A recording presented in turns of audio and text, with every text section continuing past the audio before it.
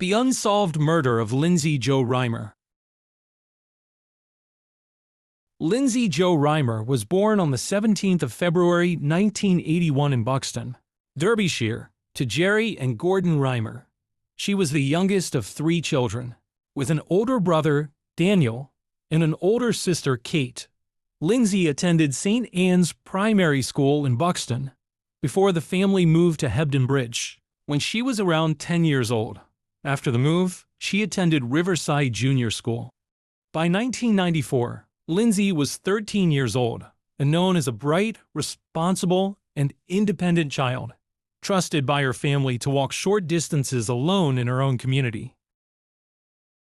On the evening of Monday, the 7th of November 1994, Lindsay visited her mother Jerry, who was working behind the bar at the Trades Club in Hebden Bridge. Later that evening, Lindsay left to walk a short distance to the Spar shop on Crown Street to buy cornflakes.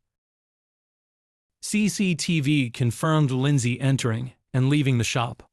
This is the last confirmed sighting of her alive. She never returned home.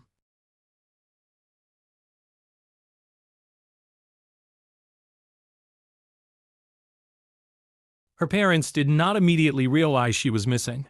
Her father was on the phone when Lindsay left the house and may not have heard her go out.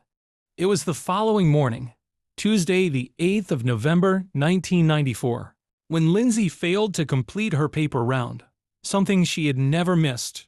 That alarm bells rang. A major search was launched across Hebden Bridge and the surrounding area. For more than 5 months, Lindsay's family lived in uncertainty. On the 12th of April 1995, 2 canal workers discovered her body in the Rochdale Canal at Rawdon Mill Lock, around 1 mile from Hebden Bridge town center. Her body had been weighted down with a concrete boulder taken from the canal bank, likely to prevent it from floating to the surface. Police later stated they believed Lindsay's body had been placed directly into that section of the canal, rather than drifting there. Lindsay was found fully dressed in the same clothes she had been wearing the night she disappeared. In her pocket was still the exact change from the cornflakes she had bought that evening. The arms of her jumper had been tied together in a sling.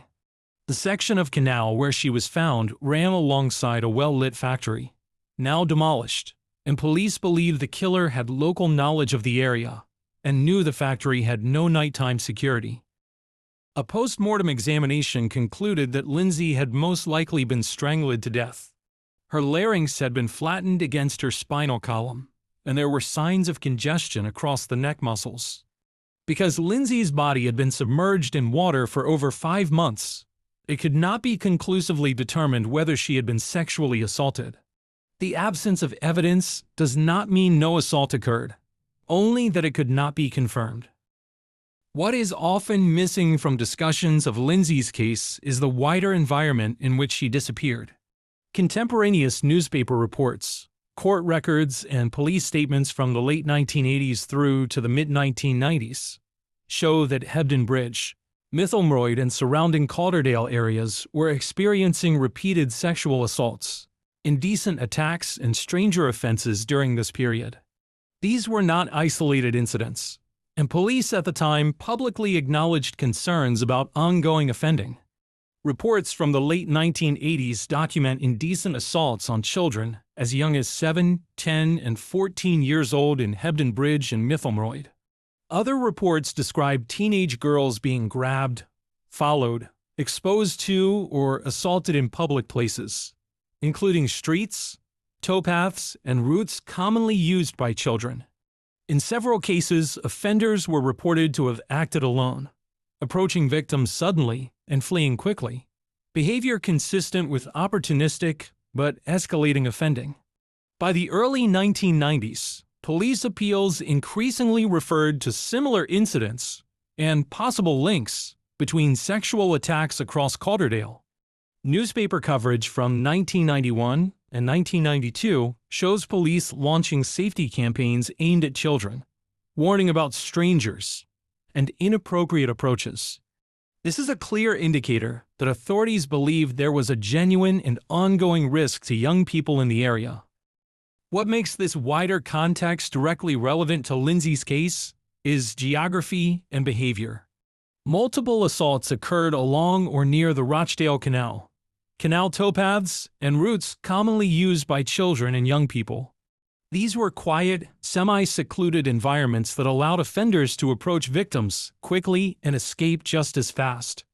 One incident in particular stands out because of its location, timing, and behavior. The following account is taken verbatim from a contemporaneous court report, with names and addresses removed. The individual is referred to as Mr. X. Mr. X, age 29, was remanded in custody until May 2nd by Calderdale magistrates, after he admitted indecently assaulting a 15-year-old girl on a towpath by the Rochdale Canal at Hebden Bridge on April 6. He also admitted 2 offenses of indecently exposing himself to 2 teenage girls at Mytholmroyd on the same afternoon. The case was adjourned for pre-sentence reports. I am deliberately referring to this individual as Mr. X to avoid publicly naming a real person. This is not an allegation in relation to Lyndsay's murder. It is included because it documents proven criminal behavior on the same canal, in the same town, involving teenage girls, within months of Lyndsay's disappearance. This incident is particularly important because it confirms that the Rochdale Canal towpath was already being used as a location for sexual offending against teenage girls in Hebden Bridge. It demonstrates offender familiarity with secluded canal-side environments and supports police concerns at the time about repeat or escalating behavior in the area. From a behavioral and psychological perspective, Lyndsay's killer likely had local knowledge, confidence operating at night, familiarity with the canal network, and prior experience committing non-lethal sexual or violent offenses.